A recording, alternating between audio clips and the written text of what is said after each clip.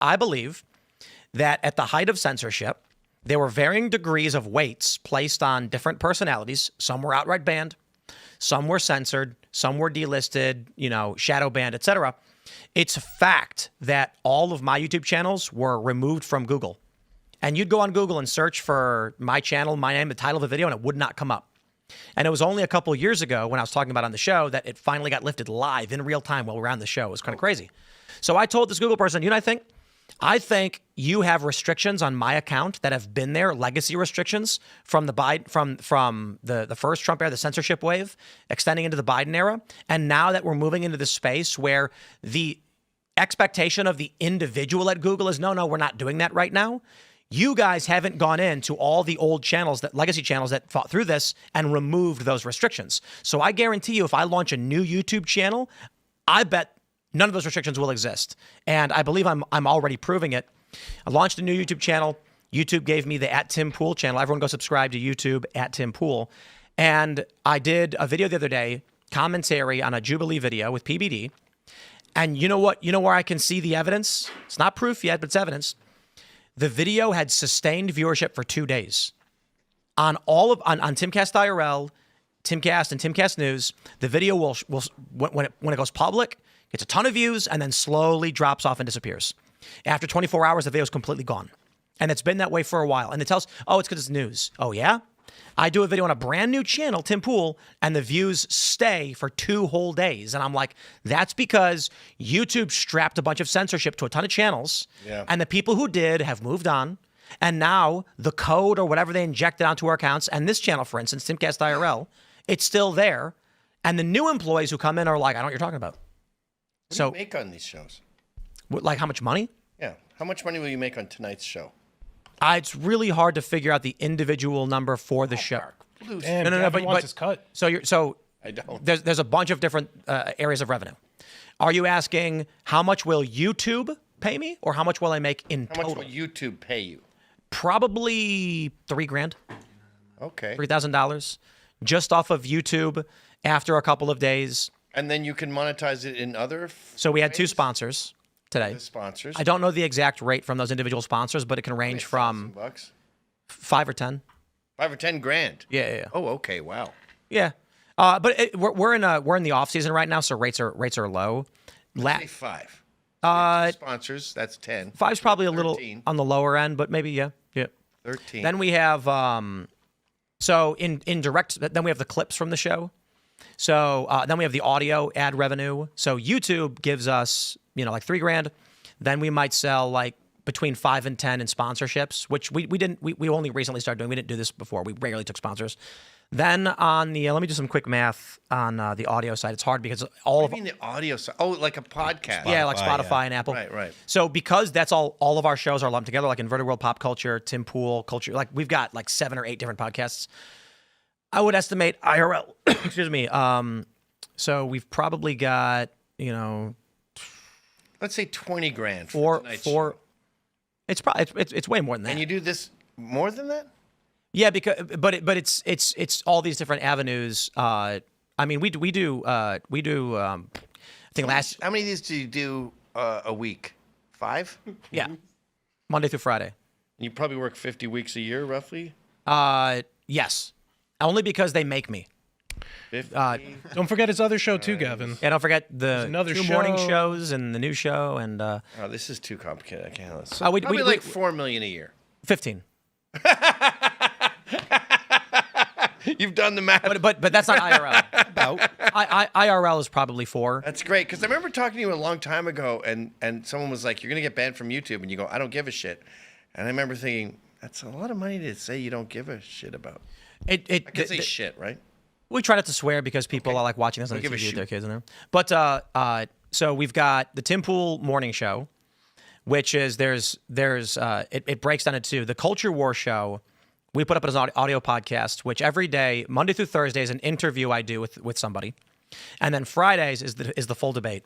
And we've done a few of these that have been like audience shows. You were at one of them, so you know what that. Yeah, that was fun. Yeah, it was super cool. The morning show is me monologuing, so that's one podcast. The Culture War is a 2nd podcast, and then Timcast. So I do 3 shows per day, and it is merciless, brutal. How many hours is that? I think I do a total of about 5.5 hours of content per day. Work 5.5 hours a day. No, I don't work 5.5 hours a day. 5.5 hours of content that gets released. So 10 hours a day. 16. Okay, that's not. What's the word? Light Healthy? work. Plausible. No, it is. I'll tell you my I'm schedule. not saying you're lying. So I wake up. Plausible is not the right word. I wake up at 7:30. Continuable. We've been doing this for. Sustainable. That's the word. So when I first started the YouTube channel, Timcast, I worked 7 days a week, 8 hours a day. Then in 2020, we launched Timcast IRL, which gave me 2 shows per day. So I worked 7 days a week, but Saturday and Sunday was only 1 show. Monday to Friday was 2 shows. So I was working, usually I'd work from like 7 a.m. until about 4 p.m. And then I'd come back and work from 7 until 10. We added the after show, which puts us to 11 o'clock now. And then with the administrative stuff I have to do in between, I basically wake up at 7:30. Immediately, I'm on my phone looking at notifications, looking at news. Give me about a half an hour to get ready for the day. And then I'm in. So that's why you don't drink. Well, I don't drink because that would inhibit my ability to get my work done. Yeah. Or do any drugs, I believe. Yeah. Straight edge. Weakness. Weak. He's a good role model. But you want your kids around Tim. You want to see your kids. Yeah. Sorry, you want to see your kids. Right. And that has been a challenge that we've discussed in the past year or so. I now have a daughter. It is increasingly problematic that I'm doing 3 shows plus the administrative work on other shows every single day. And now with the culture war and the Boonie Skate stuff, it's Saturdays are being picked up. And I think I just went to the ER a few weeks ago. Really? Yeah, I think I'm probably going to die. What the fuck? No, once they start walking, dude, you want to be around, man. Dude, I want to he be was around gone now. for a few weeks. The audience. Yeah, I was went to concerned. the. There were Well, a lot so of rumors basically what about happened was like Tim, when we did that president. show, I was losing my voice, and I was talking like this. I was sick, and I kept taking ibuprofen to keep working because I'll be damned if I stop working. No one's gonna stop me, and then I went to the ER. Yeah, you were sick for like 3 weeks. Yeah, I know, it was brutal. And if I had just taken, Maybe that was nature going, I want you to be with your baby. well, I spent 3 weeks somewhat with the baby. I couldn't be sick near the baby, so I was in the other room. But the issue is I got sick, and instead of just saying I better take a week, I was like, I can't take time off. And so I was forced to take a couple days off, and I was coughing and like, ugh. As soon as I was able to talk, I was like, Advil, let's go, baby, back to work. And then worked through the weekend as well with the Saturday show. And then the next week got sick again, and I was like, oh, here we go. Why am I still sick? Ibuprofen. Got sick again, and then 3 weeks of this. And then it was after the final show we did at the Comedy Loft. Monday, I was like, I'm good. Tuesday, I'm feeling sick again. And then that night, Tuesday, my throat was swelling up. By 3 a.m, I was like lying in bed, drenched in sweat. My throat was so swollen, I thought I was going to die. Went to the ER. They gave me steroids to reduce the swelling because my throat was so swollen. Yeah, we got to fix this business plan. Like $15 million a year. Once you accrue like $100 million, the interest alone is $5 million. That's not a what year. matters. I understand, but like let's. I think your fans would be happy with 2 hours a day. I think I think work must be done, and if I'm not going to do it, who is? Yeah, you get it in 2 hours.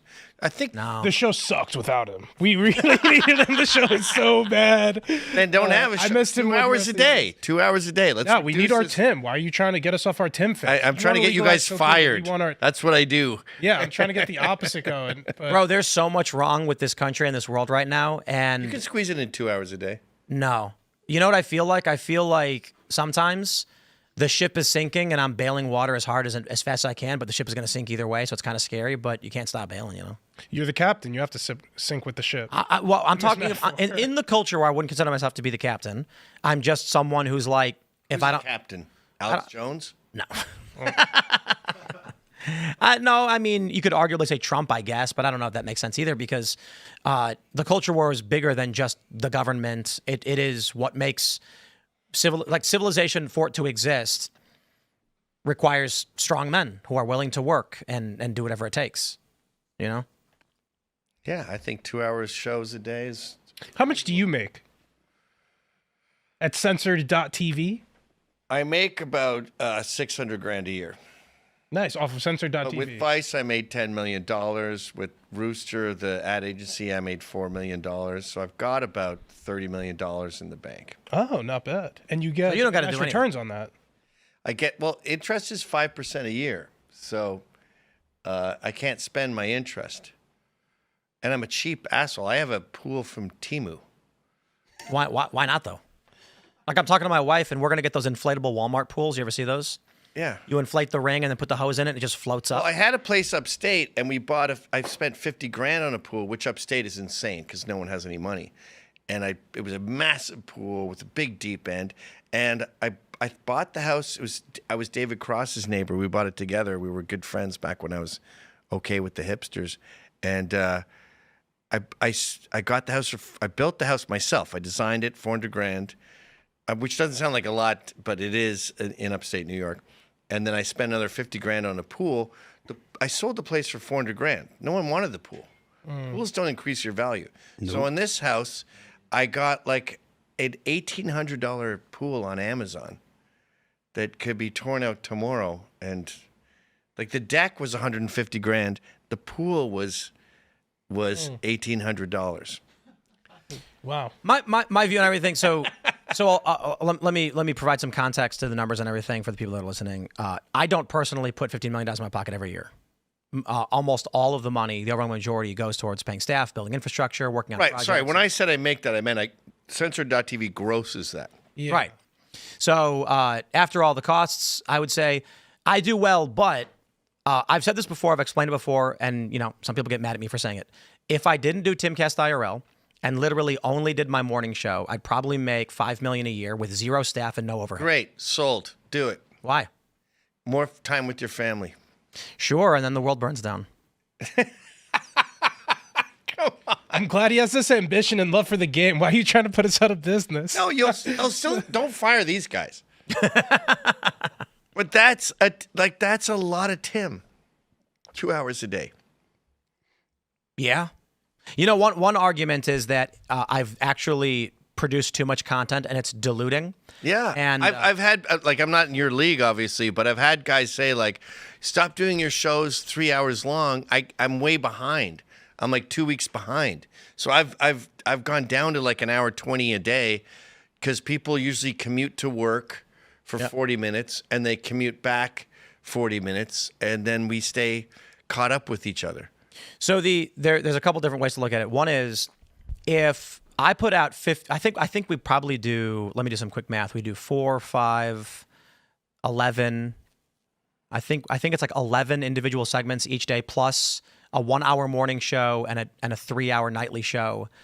And so what happens is one individual can only watch about 40 minutes per day of content. Yeah. And so if I were to stop doing everything and do one 1 hour show, that 1 hour show would get 2 or 3 million views. Because what's happening is it's a diminishing return. While we're getting, I think we're getting like 2.5 to 3 million per day. I think it's like 3.5 to 4 actually, because of the audio stuff too. I'm not including, but it's spread out over all these different avenues. So an individual person watches a lot of Tim Pool content, but it's a ton of different videos. So each individual video is getting 50 to 100K. They'd find their way to you. Well, the idea is if we got rid of it all and I did 2 videos, everybody would watch that one video and it would get 1 million views. Yes. I'd still make the same amount of money. Yeah. And you'd have all that time with your daughter. Again, these guys are glaring at me. All right. I'm not hire them. You make a great point, Gavin. No, it's just fun. Back, dude. I'm gonna pay you guys out. I got a couple $100 right here, and Phil, the show is all yours. All right. Back to Phil and Cast. But the point of a big part of the reason, well, he's gone now. And you're a rock star, sir. You have some money in the bank too. I'm by far the brokest person at There's a dude in the chat yelling at me already. Like this is like the weirdest, craziest thing about working in this industry. You know. Look, I could be like these other personalities and just never tell anybody anything about what's going on behind the scenes or how the machine operates. People are like, how much money you make? Like, wouldn't you like to know? I'll never say. And it's like because people get mad at you if you tell them the truth. Yeah, these numbers are standard for the industry too. No, I think I'm better at it than most people. Like the Ben Shapiro's, the Michael Knowles, the other people who do sponsors, other YouTubers. You're talking about the very, very top there. Yeah, because like Tim is in the class of like the people at Daily Wire, but then there's like an infinite number of people that are way that you don't even register. You don't even think about it, right? When people are thinking of bands, they think of like the big bands, but like the bands that are beneath them are almost infinite. One of a point I wanted to make is part of the reason why he does this show is one that actually consistently attracts people that give him access to, like, he interviewed the president. He wouldn't have had the opportunity to interview the president, or likely wouldn't have had the opportunity if it wasn't for IRL. You think so? Yeah, before we launched IRL, the one podcast I had was called the Tim Pool Morning Show, the Tim Pool Daily Show, which still exists, but it was the 34th biggest podcast in the world on all platforms. That was like the peak height. And it was, several episodes, sometimes it'd be in the top 10 or whatever. When we launched IRL, it split the audience, which reduces both podcasts from the top rankings. So, because if you're getting a couple 100,000 on each show, if you do one show, you get 500, you're number one. What if YouTube got super woke again and was like, Rumble? He's dead to us? You got Rumble, and that's the audio podcast makes a lot of money too. So you don't need YouTube. Nah. Yeah. This is a huge psyop, Gavin. So let me say this: Timcast IRL can't exist without my morning show subsidizing it. Timcast IRL is too expensive to exist. And the morning is on your Rumble. So I do on YouTube in the morning. I'll put up 4 segments on youtube.com/TimcastNews. And then at noon on Rumble, I do a full hour, which the first half an hour is the story of the day, followed by an interview. Right, but my question was, what if YouTube was like, F him, he's dead to us? Yeah, if I just put the audio version up. That wouldn't really affect your income. It would, but not devastating. No, I mean, it would be, but like if YouTube banned us outright across the board, all channels, Timcast IRL wouldn't exist anymore. It's not sustainable. Everybody would lose their jobs. I would host a morning show podcast, and I'd be wealthy. Gavin. Before I worked here, Gavin tried to hire me. So actually, I'll put it like this: the offers that I've had for bouts, because we're independently, like, as an independent company from the ground up, from its get go. I'd imagine if I got banned across the board on all platforms, like they just said, your channels are gone, you don't make money. Assuming I wasn't persona non grata, I'd end up at one of these networks. But wait a minute. What Fox about, News? I'm sorry to bore the viewers with. This is the thing about men. Let me just stress: it's a very slow news day. And this might be the most interesting. When women talk to each other, I've noticed they're like, "Oh my god, I want to go home and just like have a bath and put on my sweatpants and go Netflix and chill." And when men talk, they're like, "So what do? You sanitation? So wouldn't it make sense to pick up the stuff early in the day, like you skip the heat?"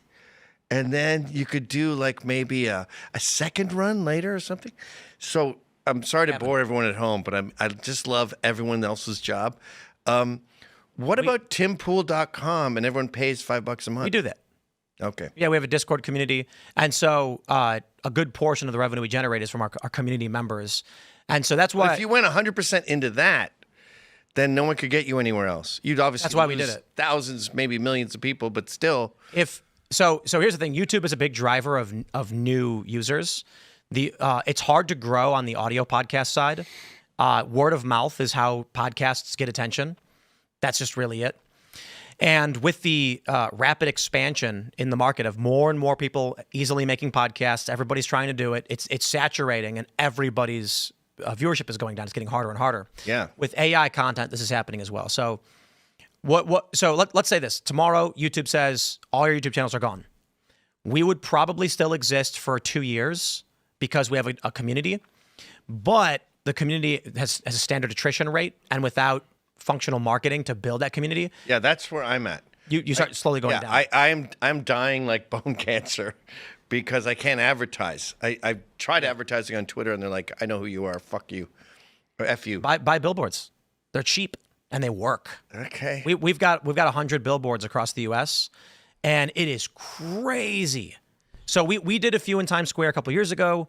We actually got the whole North Tower on New Year's. It was amazing, and I bought a billboard above ABC News because I had worked for ABC News, and I thought it would be the greatest, like, look at me now. Because these people they're woke, they're lunatics, they're liars. How much is an ABC News tower? The billboard that we put above ABC News in Times Square for 1 month was $30,000. And it was not crazy. 24 hours a day?